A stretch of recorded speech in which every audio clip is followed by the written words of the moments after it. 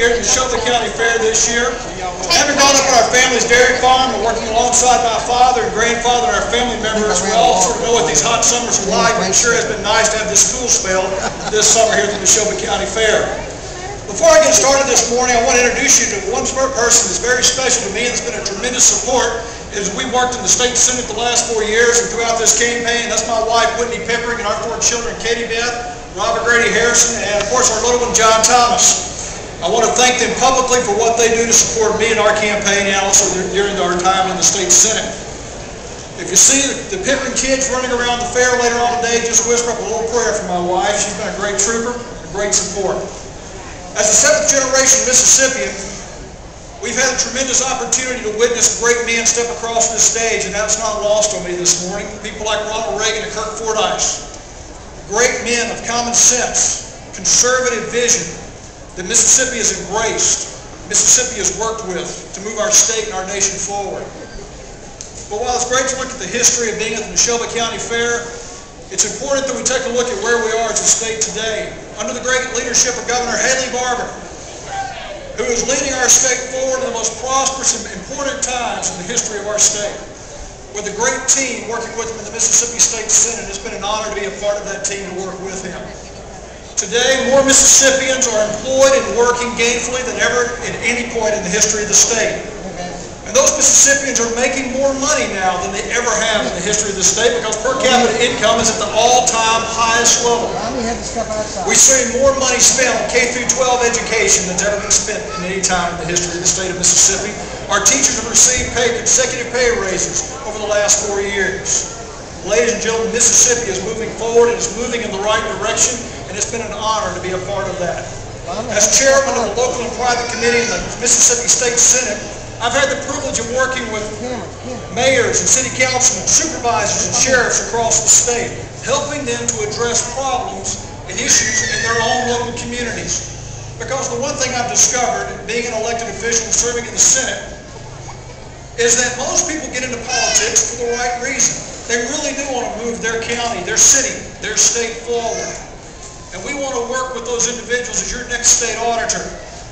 We want to give them the education, the resources, the training they need to do the job that you have elected them to do, that you as their constituents have voted them to do. We want to be a partner to help continue to move our communities forward in Mississippi. But we also have to be aware that there aren't always those 1 or 2 individuals who will always take advantage of the system, no matter what system they're in, and we must hold them accountable to the public trust.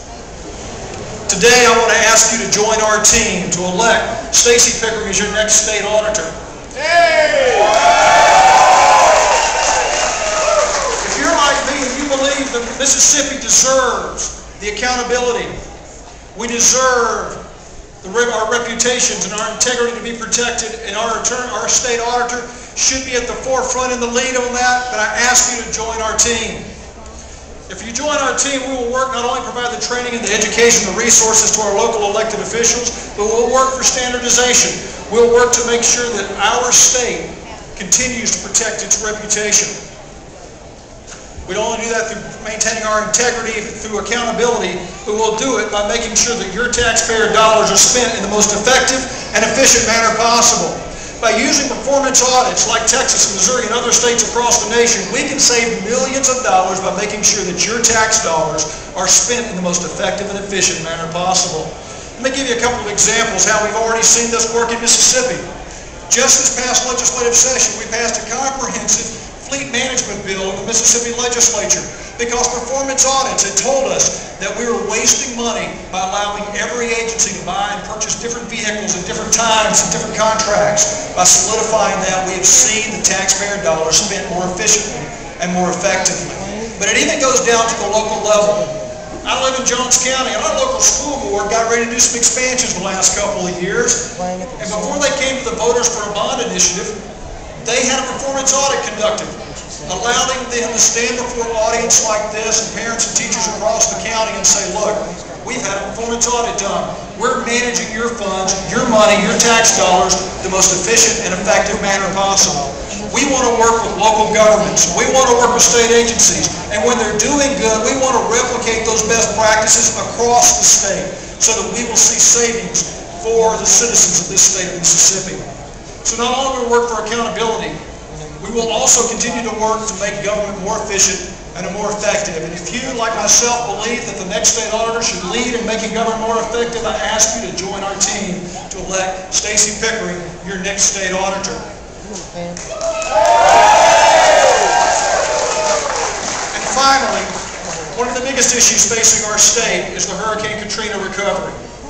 And it wasn't long after the winds had sort of died down, I won't even say stop blowing, that you heard chainsaws up and down the road from Jackson South all the way to the coast. Neighbors and family and friends were out cutting out their family and their friends, checking on their neighbors, taking care of one another. And just like Governor Barber said, we hitched up our britches and we took care of each other. Mississippi never asked for a handout.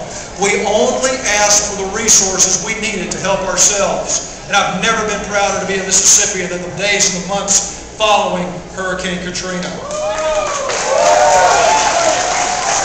Ladies and gentlemen, today $40 billion of federal taxpayer dollars are flowing through our state agencies and our local and county governments. And your next state auditor has to be on the forefront working with them to make sure that they are doing the checks and the balances to protect their reputation, to protect their integrity, and to protect the reputation and integrity of the state of Mississippi that we have worked so hard to gain and earn following Hurricane Katrina. We want to make sure that our reputation is intact in Mississippi. And if you elect me as your next state auditor, I promise you we will do everything within our power not to just have accountable government and better government, not to just have efficient government that operates more effectively than we as taxpayers expect and we deserve, but as your next state auditor, I will work diligently day and night to protect your reputation and your integrity for the future of our great state. It is an honor to be here with you. I humbly ask for your vote, your support, and your prayers. And in November, when you go to the polls in the general election, I humbly ask that you vote Stacey Pickering, State Auditor. God bless.